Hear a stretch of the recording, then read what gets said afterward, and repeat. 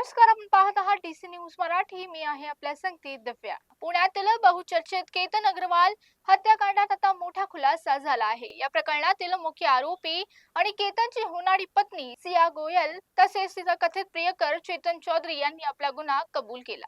मात्र सियाला केतनशी लग्न करायचं नव्हतं, तर तिने साखरपुड्याला होकार का दिला, असा प्रश्न उपस्थित होत आहे. पोलीस चौकशीत सियानं सांगितलं की तिला केतनला लोहगड किल्ल्यावर घेऊन केली होती. तिथे चेतन आधीपासून उपस्थित होता. त्यानंतर दोघांनी मिळून केतनला दरीत ढकललं आणि हा अपघात असल्याचे भासवण्यास प्रयत्न केला. मात्र पोलीस तपासात सत्य हळूहळू पुढे समोर आलं आणि दोघेही अडकले.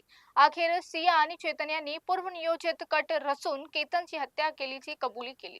केतनच्या कुटुंबियांचे मते सिया हट्टी स्वभावाची होती आणि तिच्याच आग्रहामुळे केतन लोहगड किल्ल्यावर गेला. जर तिला दुसऱ्या व्यक्तीवर प्रेम होतं तर तिने आधीच स्पष्ट का नाही केलं, असा प्रश्न पोलिसांसह सर्वांनाच घडला आहे. आता पुढील तपासासाठी पुणे पोलीस घटनास्थळी जाऊन संपूर्ण घटनाक्रमाची पुनर्रचना करू शकते. यासाठी सिया आणि चेतन यांची ही घटनास्थळी नेली जाण्याची शक्यता आहे. सध्या दोन्ही आरोपींना पोलीस ठाण्यात आणून पुढील चौकशी सुरू आहे.